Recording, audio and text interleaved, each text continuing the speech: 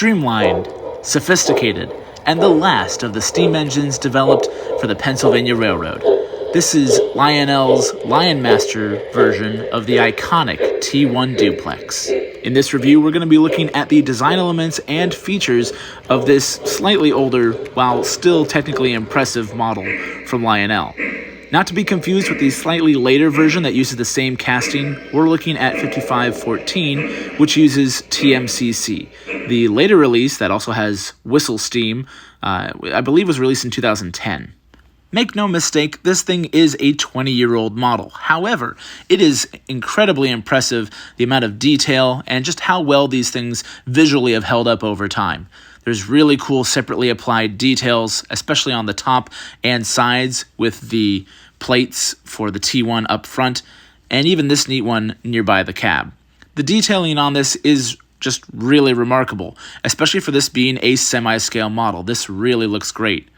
The massive streamlined tender is also technically impressive, and then you notice the gigantic gap between the cab and the tender. Still, this is a LionMaster model, so certain liberties were taken in order to accommodate tighter turns. We'll get to that a little later. There is another noticeable gap between the front wheels and the body that's a little bit strange looking directly from the side, but not a deal breaker. The sounds here are nice. The whistle definitely sounds iconic, although I wish it was a tad louder. The bell also has a nice taper to it as well. Sounds very realistic. There's not a ton of sounds here, and that's mostly because this is an earlier TMCC model, so there's very limited tower comm and incredibly just kind of garbled crew talk features, not like your later versions that you'd see. There's also a rear electrocoupler, which is nice. And the colors and proportions on this look fantastic, especially against other semi-scale models in your collection. This is a baby K4 next to it, and it looks great.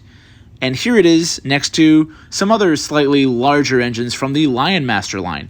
There's Big Boy 4006 and the Challenger 3976. And it's about the same size as the Challenger.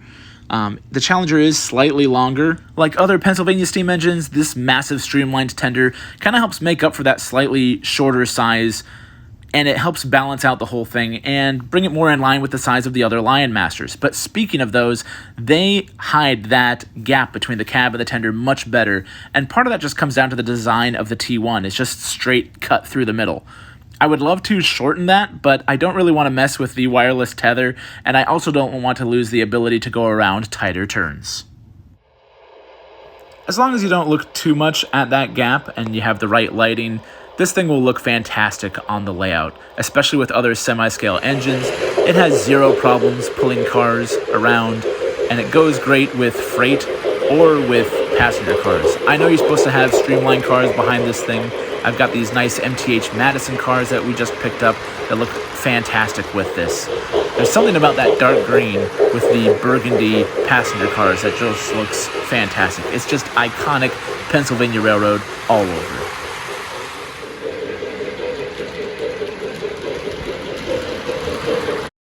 These things are 20 years old, so issues are bound to come up. And I found some lighting issues with the wiring. I think just the design of where the wires are placed makes it a little bit harder to reassemble, so whoever had taken this thing apart before definitely did not do any justice to the wires, so thankfully I was able to fix that. I did also have some weird command control issues. This thing was not responding very well to commands from the TMCC unit. I don't have a legacy controller to test this out with, but I figure it's TMCC, so it should work with that. But thankfully, I was able to get that sorted out.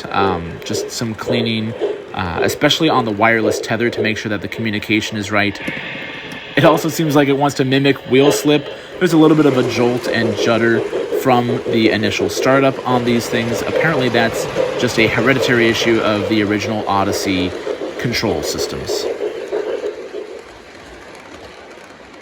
Regardless of the issues that I had, I'm convinced that if you love this design, then you'll put whatever work you need into it to get this thing to run right, because they do look fantastic, and it is really nice to have something like this that can make its way around smaller layouts. I really love this LionMaster lineup that Lionel came out with. This is my third one from that line, and even though this one had the most issues of them, I'm still definitely glad that I picked one up. And you will too if you love the T1 like I do. So thank you so much for watching. Leave a comment down below if you've got one, if there's other stuff you'd like to see. Like, subscribe, your support means a lot, so thank you so much for tuning in.